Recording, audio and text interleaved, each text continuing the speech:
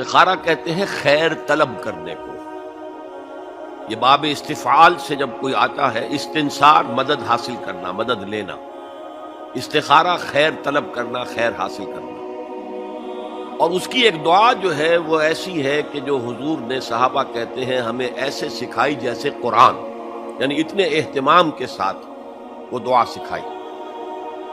وہ دعا پڑھتے رہنا یہ ایک مستقل گویا کہ انسان کا استخارہ ہونا چاہیے. اس کے معمولات میں کوئی بھی مسئلہ درپیش ہے تو آدمی دعا کرے، اللہم انی استخیرک بعلمک واستقدرک بقدرتک. اے اللہ، میں تیرے علم سے خیر مانگتا ہوں اور تیری جو قدرت ہے اسی سے قدرت چاہتا ہوں کہ مجھے بھی کچھ طاقت حاصل ہو جائے.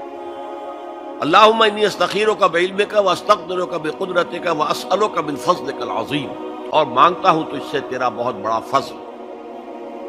اللہم ان کنت تعلم ان ھذا الامر خیر لی فی دینی ومعاشی وعاقبۃ امری.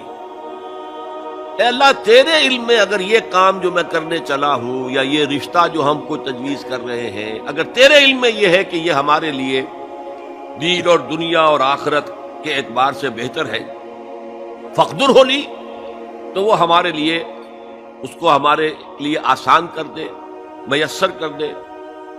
میسر ہو لی، اسے ہمارے لیے آسان کر دے. ثم بارک لی فی، اور پھر اس میں ہمیں برکتیں عطا فرما.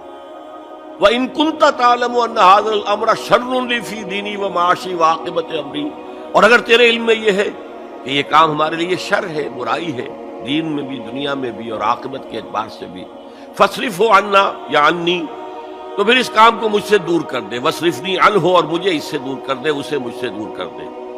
وَاقْدُرْ لِي الْخَيْرَ حَيْثُ كَانَ ثُمَّ أَرْضِنِي بِهِ، اور اللہ خیر جہاں بھی ہو تیرے علم میں وہ ہمارے مقدر میں کر دے، اور پھر ہمیں اس کے اوپر راضی بھی کر دے. تو یہ استخارہ تو بہت ہی عمدہ بات ہے، اور یہ تو ہمیں اکثر معاملے میں کرنا چاہیے. البتہ وہ استخارہ نکالنا، یہ فلاں سے استخارہ نکال رہے ہیں، فال نکال رہے ہیں، پھر استخارے میں یہ سمجھنا کہ پھر یہ دعا مانگ کر 2 نفل پڑھ کے سو جاؤ تو خواب میں ضرور کوئی اشارہ ملے گا، ان چیزوں کا کوئی ثبوت نہیں ہے میرے علم کی حد تک، احادیث میں یا سنت میں. بہرحال اگر اللہ تعالیٰ اشارہ کر دے کوئی خواب کے اندر تو بھی کوئی بعید بات تو نہیں ہے، لیکن یہ کہ اصل میں دعا استخارہ جو ہے بس وہ ہے اصل استخارہ، اور وہ بہت عمدہ چیز ہے، اور وہ ایمان کے عین مطابق ہے کہ اللہ ہم نہیں جانتے، تو جانتا ہے. ہم شارٹ سائٹڈ ہیں، ہمیں یہ چیز اچھی لگ رہی ہے، ہمیں پتہ نہیں شاید اس کے پیچھے کوئی بری چیز چلی آ رہی. قرآن نے کہا ہے فَعَسَىٰ أَن تَكْرَهُوا شَيْئًا وَهُوَ خَيْرٌ لَكُمْ وَعَسَىٰ أَن تُحِبُّوا شَيْئًا وَهُوَ شَرٌّ لَكُمْ وَاللَّهُ يَعْلَمُ وَأَنتُمْ لَا تَعْلَمُونَ. ہو سکتا ہے تم کسی چیز کو برا سمجھو حالانکہ اسی میں تمہارا خیر ہو، اور ہو سکتا ہے تم کسی چیز سے محبت کرو حالانکہ اس میں تمہارے لیے شر ہو. اللہ جانتا ہے، تم نہیں جانتے. تو اسی کو کہتے ہیں تفویض الامر الی اللہ، اپنا معاملہ اللہ کے حوالے کر دو. اے اللہ، تو اگر اسے ہمارے لیے خیر سمجھتا ہے تو آسان کر دے، اگر شر سمجھتا ہے تو ہم سے دور کر دے.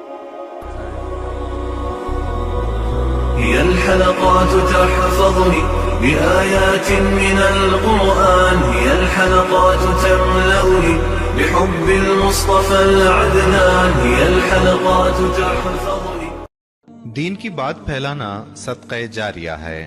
ثواب کی نیت سے ویڈیو کو شیئر ضرور کیجیے. جزاک اللہ.